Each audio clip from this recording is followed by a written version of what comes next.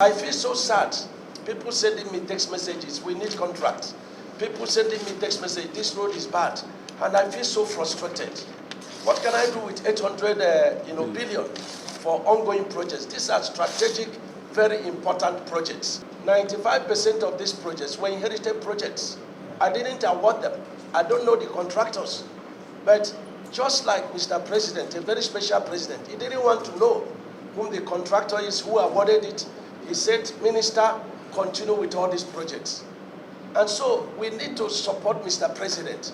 There is no way we can do road infrastructure by mere budgetary allocation. It is impossible. We have to support the president. The PPP is not working, and I will tell you why it will not work.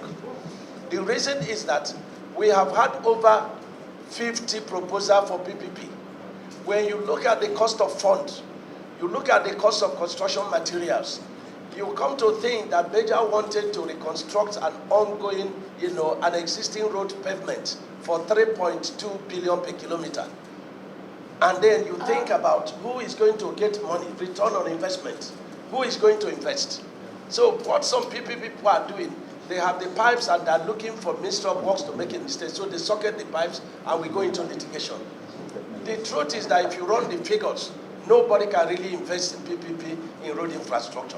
It has to be the government to do it, and then we do operate and maintain. There are some of the roads that have been done, like this Lagos-Ibadan that is completed. I got a lot of text messages I sent to you where the road is already failing. The one completed is already failing. And so we must begin to section some of these roads. We intend to go through the 6 geopolitical zones and engage the governors, National Assembly members to plead with them. Lagos, Enugu to Port Harcourt, there are 4 sections. 2 sections have been completed. They are already failing. If we can tow those 2 sections on operate and maintain, so that at least the ones completed, somebody is responsible for it. This is important. And so we have to stand up. I feel so sad. People sending me text messages, we need contracts. People sending me text message, this road is bad. And I feel so frustrated. What can I do with 800 billion for ongoing projects? These are strategic, very important projects. And so we've done the needful, sir, by giving the history of the projects. We've given you a copy, we can resend the copy to you. And our proposal in 2025 was 3.95 trillion. And that was for the roads. And then for the bridge infrastructure was 659 billion. And this aside the PIDF projects and the 4 legacy projects. I plead with you, the Kano Medugri, it was awarded to Dantara and Soho. It has lasted for 18 years. We have terminated the project. We have gone through procurement. We have no objection for tractor, and we need funding. And so it is there. The Damatru Medugri, I don't have it off hand what the position is. We find out. Yobe, we have 3 projects in this budget for Yobe State. There are not, many states don't have even up to 2 projects. So I think Yobe is properly, accommodated in this thing. I think it was your spirit that was pushing us, to this. Oyo Bomosho is an MPC project. We have had, because we don't have funds, and I thank Mr. President, who has accepted to assist us in the interventions of some of these projects. Because Oyo Bomosho was so terrible. Shagamu was so terrible. Abuja Kano was so terrible. Benin section was so terrible. I can mention to you off-hand 34 projects that we have to intervene without funds, but we have to beg the contractors to please help us because these sections will seem terrible. And so they are doing palliative work on the Yogomosho. It's an MPC. The RUCC has been on this project for more than 8 years. We have terminated. In fact, they exhausted the 84 billion that was meant for the project. It was so exhausted. And today, that project is costing us about 148 billion. It has been procured under no objection. So we are taking it to FEC. At least it still has some small funding. But there was a technical mistake made on that Oyo Bomosho. There was an existing dualized road that was so bad. So instead of working on the existing road, at least you have the subgrade, that has been stable over the years.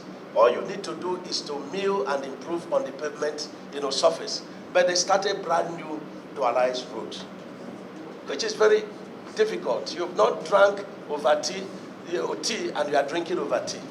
So what we are doing is to now take one carriageway, and see how we can conclude it, 3 lanes, and let people be using it. And then we can go to the second carriageway based on availability of funds. And please, when in your state you see that we've abandoned one carriageway, it's because of paucity of funds. We need to concentrate on one carriageway, complete it before we go to the second carriageway based on availability of funds.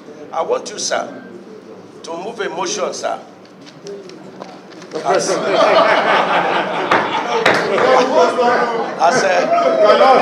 a senator of the Federal Republic of Nigeria. Moved from the Senate to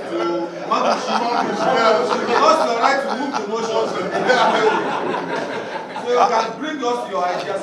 Yes, sir. You provide us your nominal role. Secondly, Honorable Minister, I know you did some ICT project in 2024. There is an Auditor General query that you did not get NIDA clearance. Maybe you're not aware, but because of the because of the improved relationship that I see going on with your chairman, I've decided to put that on the back burner. But please, any ICT project that you're going to embark on, there is a law, the NIDA Act, that says even if you're going to go after BPP for certificate of no objection, you must get NIDA clearance before you embark on any ICT project. You already have over 500 billion. No. You were talking about this budget. No, but it's important because it's a criminal act if it's not gotten. So that's why I'm saying that Mr. Honorable Minister needs to be aware of this. Whatever has happened in 2024, we are, kind of stepping that down. But in 2025, please be guided that any ICT-related project must go through NIDA so that your chairman can also have oversight function on it. Thank you. 6162. Order 20 and the relevant rules that applies to committee on IT. You have the window to escalate the issue you have just raised. Having said that, Mr. Chairman, sir, the Honorable Minister made very serious statement, which I want all of us to look at. Sir, budget formulation, budget population is premised on laws. And Mr. President came to this house. He requested for an approval for an MTEF pursuant to provision of Fiscal Responsibility Act, which this house graciously approved. And sir, often than not, people do not really care about this document. And that document gave Mr. President an opportunity to operate within a period of 3 years. Meaning that, sir, if he starts a project and he cannot complete it in one fiscal year, he can roll it over until he completes same. Where am I going to, Mr. Honorable Minister, is that, did you conduct this assessment? Because when I saw this paltry sum of 800 billion naira, I was wondering that how did the budget office, come to that conclusion? That perhaps, because you talked about envelope, and I've argued everywhere, sir, in our legislative literatures, in our constitution, in our relevant acts, the word envelope is alien. There's nowhere, anywhere, that the word envelope has ever been mentioned. It's alien. And I know it was Brad Okogu and Co. that brought that semantics. And then it became the order of the day. Yes. But as lawyers, as crafters of laws, we do not have such provision in our status. So the point but what we have in our status, sir, is that Section 18, Section 20, having appointed your PS as the Chief Accounting Officer, asked him to set up a procurement planning committee. And their job is anchored on such Section 18 to conduct needs assessment. What do we need to do per zone, per state, per, you do understand this, sir? And then you do market survey. And then the entire gamut of whatever you agree to, the law says, paragraph G, that it must be anchored in your annual budget estimate. So what does that mean, sir? If it's in your budget, and you take it to the budget office, and it cannot be implemented in one single financial year, then it should be rolled over. So I am a bit confused that you have 800 billion naira here, looking at what you are giving last year, 1.something trillion naira, and then somebody is giving you 800 billion naira. So where are we going to? What can you achieve? Can that budget work? Mr. Chairman, sir, those are the issues for determination. Thank you. Thank you, Honorable. Mr. Chairman, please. We did that. And the documents, the chairman has it. So we did that. Thank you. So I'd like you to know the question. Thank you, Honorable Minister, for the good job you have been doing. I appreciate you for remembering my people. At least after the former Senate President, you are now our hero. So I appreciate you, sir. Sir, but there's something that worries me. You know, knowing fully well the magic and what you did in Ebonyi State, the moment you announced the Minister of Works, I was expecting something like that should replicate at the federal level. Why am I saying so? Sir, I don't know the reason why the Ministry of Works that have been designed to do the works, especially construction of what concerns federal government, either roads or other things, now award contracts to contractors. Why is it so? Is it that, where did this started? Is it that we cannot go back like what you did in Ebonyi? Because we didn't see all this okay for contracting company around your government during your own tenure. Can't we do something like that that make this the ministry to be functioning, so that those engineers and whatever we employed in the ministry, they can do work? Then each time we contract almost everything, and that ministry is there. So why is this so, sir? Thank you. Thank you. Honorable Tanko. Honorable Tanko. Respected colleagues, let me first of all also thank the Honorable Minister. We have traveled along with you through the roads to Mina, and then you have given special consideration and attention. You have shown passion in the state of the progress of the contracts by the contractors. I think after that journey, we came back. We hold a meeting with the governor and all of that. So we hope to see actions with respect to the roads in Niger State, given the critical connectivity nature of the state. My question specifically has to do with Sukuk. We have that is a road that is ongoing by the Ministry of Works, the Chaza Dumais Road in Suleja. And then we have observed the slow pace in the progress of that road. And we are meant to understand that that project is funded by the Sukuk. And at some point, after making inquiries, we're told that the Sukuk funding has been halted. And some information have it that the road has been excluded from the Sukuk. So we want a comprehensive explanation, Honorable Minister, with respect to the status of the Sukuk project, and if possible, with specific reference to the project I so mentioned. Thank you. Honorable Jerry Maru. Also join my colleagues to appreciate you for all the good works you're doing. One house, please. Okay, so my observation is on compliance with the Fiscal Responsibility Act of 2007. Looking at the revenue generated of 929.23 million. And from the record or document submitted, I can see evidence of remittances enclosed. It's not here, unfortunately.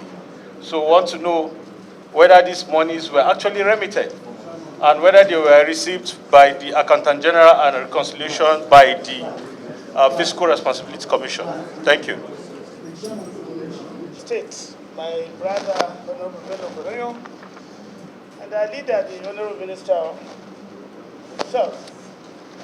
I must say that we begin to see the light at the end of the tunnel because your ability to coordinate and redirect resources for proper utilization is acknowledged. And I must say that if given more resources, you have the passion in you to do more. Sometime in July 2019, sometime in July 2019, I moved a motion before the Honorable House, seeking for the House to approve the concern of about 32 communities in Wulno-Rabat constituency, a road linking Rabat Junction to Bakura Junction, which is an interstate road linking 32 communities. During rainfall, these communities mostly will be landlocked. In fact, they will not access the main center of activities. I followed this road project after resolution since 2019. Designs were done and everything. But up till now, those people are still suffering. In fact, some are even beginning to think that maybe we have not represented them well. So I feel, Honorable Chairman, I should use this avenue to highlight this issue. These people, these communities, about 32 communities there, seriously need that road to be rehabilitated. Thank you so very much. We understand the challenge. Was awarded by the past administration, and I felt that we have not seen the benefit of the work so far done. So we have not initiated any new ICT project. We have also not paid even for the one that was awarded. But we've noted the advice, and we'll make sure that if we embark on ICT project, that we will get the leader, definitely inform them. Nominal rule, we apologize. We are going to send it to you. My PAM secretary is here, we will do that. My good brother, his place is 15 minutes from my place. So any road going through his place is going through my place. But the fact is that when I was governor of Ebonyi State, I did a procurement act, which, a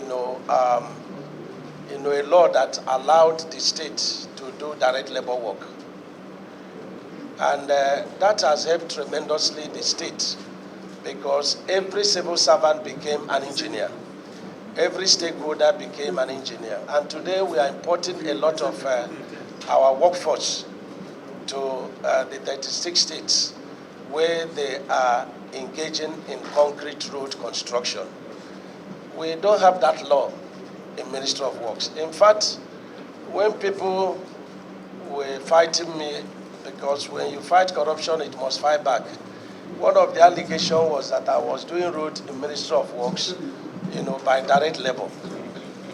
But like I said today in our retreat, I'm not a governor of Ministry of Works. I'm an appointee, and I'm under the rules of the civil service. I'm under the act of the parliament. I'm under the law. And so it is whatever the law allows us to do that we do. I agree that being chief executive and then you come under very serious bureaucracy where you have to follow this department, follow this. And I commend my Ministry of Work staff very highly. No file stays with any director more than 24 hours. And I've been very lucky, even my past PAM secretary, he doesn't leave file going home. This one is even more, is worst. He takes files and chases me at home. So yes, because he's an engineer, he knows that every day we delay any project, the federal government, we have to pay for it. So we are very aware of that. We have very competent, engineers all over the Federation, working in Ministry of Works and FEMA. And I think that we have to develop our own technology. We have to develop our own people. I've told the retreat that we are going to do a meeting with the National Assembly, with EFCC, ICPC, and the BPP, and we want to table all projects of contractors. Some contractors have up to 25 projects, and are not doing these projects. They have no financial commitment to these projects. So we are going to do that in the days coming, so that you don't do more than 5 projects at best. And you must also have financial capacity to inject, while the federal government will now pay you later on. We desire to do that to develop our people, not just to be following contractors. Yes, action in Niger State. I want my PAM secretary to note, I since set up a committee to review projects in Niger State. I have not gotten that report. There are projects that must be terminated in Niger State. Even the governor and National Assembly came to do a meeting with us, and I considered it very serious honor to us. So we have to honor them back by taking action on those projects that had gained, allocation, but they could not do the job. On the issue of Sukuk, let me make a correction of an impression. There is nothing like Sukuk projects. Sukuk is a complementary project, funding. There is no project that is started and funded by Sukuk. In 2023 Sukuk, we received a total of 250 billion. And the law is that you must share it equally among the socio-political zones. And it was shared into 6, and you have 41.6 billion per zone. And the Sukuk, the DMO, they are desirous of getting some of these projects completed. So they made inputs on some projects that are advanced stage of being completed. And so they listed them. The Ministry of Works, especially Department of P&D, also made their own inputs. And this is the inputs that we compiled. And when we talk about prioritization of projects, all projects cannot be inside the budget or inside Sukuk funding and so on and so forth. So it might have been this reason that it is not there. And but I want to, on a personal note, get the project and even see other avenues of funding for it. Even in 2024, Sukuk they are talking about, we are not receiving up to 250, they are talking about 100 billion. And their aim is also towards these ones that have allocated to ensure that these projects are completed, and then they will be happy that, they have participated in project completion. The evidence of remittances, we pay directly to TSA, but the PAM secretary is going to get our remittances, and we do a letter to send it to the honorable members. Lagos Ibadan. The Lagos Ibadan Section 2, they were awarded to Jilobeja and the RCC, and we engaged them for 9 months for them to see reasons to be fair in their prices. Their own is that they were not mobilized. But the Act of the Parliament says that a contractor may be paid advance payment. There is nothing that compels the client to pay advance payment to a contractor. And that's why when you are bidding for a project, we ask you for your financial capacity, meaning that the law expects you to put some of your money to start the project. So they didn't start. And so we had to terminate the projects when they could not agree to our fair price. We have procured one of the projects to the sum of 156 billion. And that is phase 2, section 1. And the next section is about 44 billion. And the good thing is that we have taken 24 kilometers of Shagamore, which is so terrible. We've also added it to that, Lagos Ibadan, which is 48 kilometers. We've also given on credit the rehabilitation of the 60 kilometer by 2, which is Shagamu to Ore. It is being done now by high tech.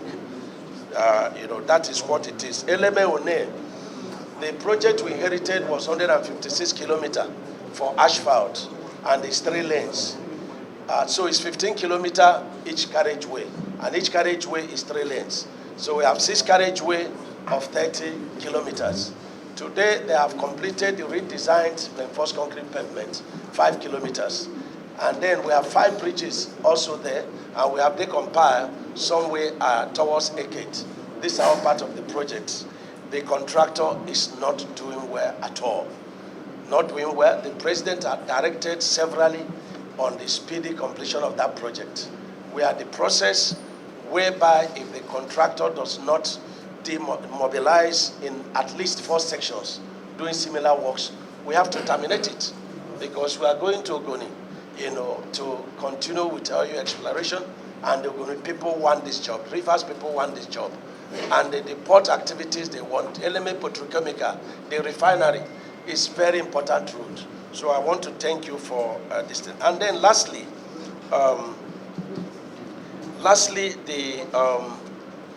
the motions of the National Assembly. I want to plead that when you make a motion to us, like the one you are talking about, we are bound by you. The budget is a law. And so, where there is no provision where we can do your motions, it becomes a problem. And I think that there is a need to redirect this motion to the appropriate authority that will give us an order and give us financial backing to do the motions of the National Assembly. Because if you ask a man to commit suicide, you have to tell him the type. Here we don't know the type by the reasons of this thing. And I'm your colleague, and I respect the National Assembly very highly. But I feel so sad when very important motions are made and there is no budgetary provision or source of funding. It pains me so much. And you spend time to make this motion. You spend time to debate this motion. And yet, it is not being carried out. So I feel that it's important that I let you know this. Thank you, sir. Represent the good people of Fikafune in Yobe State. Honorable Minister, I just want to draw your attention to 3 critical issues. First is the Kano-Maiduguri road. This road, you are aware, was awarded as far back as, I think, 2007 or so, during the late Eradua government. Up till now, that road is still not completed because I ply the road very frequently, especially the section between, Jigawa section from Kano to Shuwarin has still not been completed.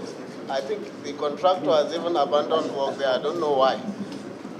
You need to look at that section, Honorable Minister, and find out if the contractor, maybe the fault is from the contractor, or is it funding problem? We need to know what really is the problem. Please round up your question. It's a very critical road. Then secondly, Honorable Minister, I want to talk about Damaturu to Maiduguri section of the road. That also has been, on and off. The contractor, CC, they will mobilize, do like a half kilometer and then demobilize again. Can you help us? Yeah? Mr. Chairman, round up your question. Thirdly, Mr. Honorable Minister, Yobe State is seriously shortchanged in federal roads. I want to urge you and plead with your ministry to look at Yobe State, open up new federal government roads in Yobe, especially in this budget. I know we all have in this country, whereby all the commodities from the south goes to the north and north goes to the south. 80% of the commodities from the north coming down to the south pass through that road, and from the south to the north pass through that road. And that road is an eyesore. And that last week, the social media was agog over that road, the Oyo Gumosho Road, Oyo Gumosho Ilorin Road. And you said in your speech earlier on that you wrote a lot of proposals for the years. I don't know if you can avail that proposal to this committee, and if the committee will allow us to, please bring the Minister of Budget here also and tell us how he came